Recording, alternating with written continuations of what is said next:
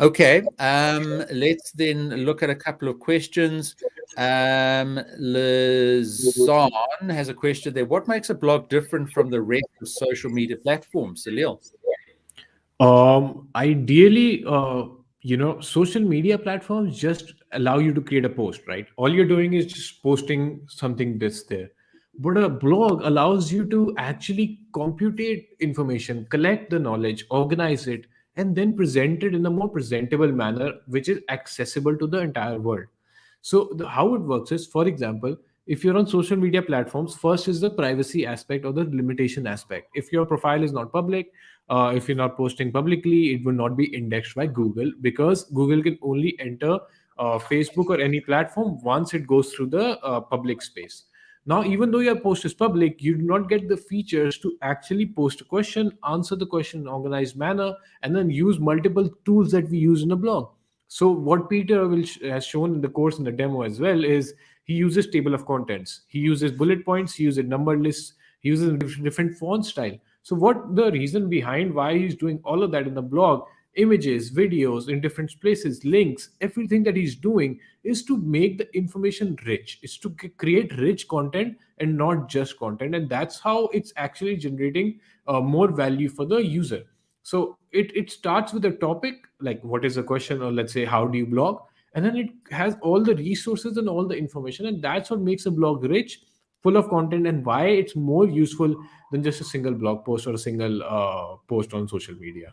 So that's why we've differentiated blogs, and that's how I also do it.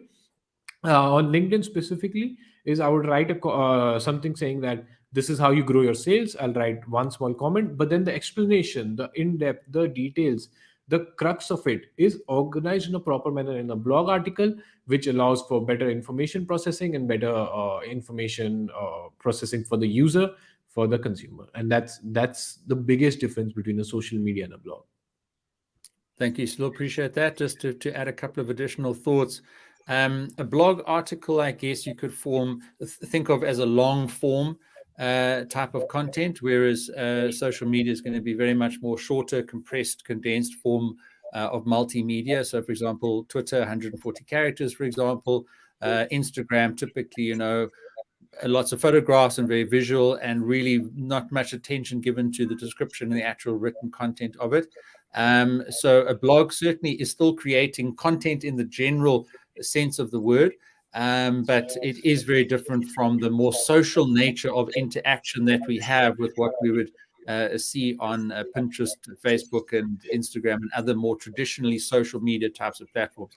The link, I think, that is interesting between social media and blog articles is that topics of interest often come up in social media platforms, and you can use those to create a link back to your blog and drive some traffic from the interest that is created around a social media platform or an individual post specifically, that people are then willing to spend a bit more time on and go and consume, again, a long form of that same content.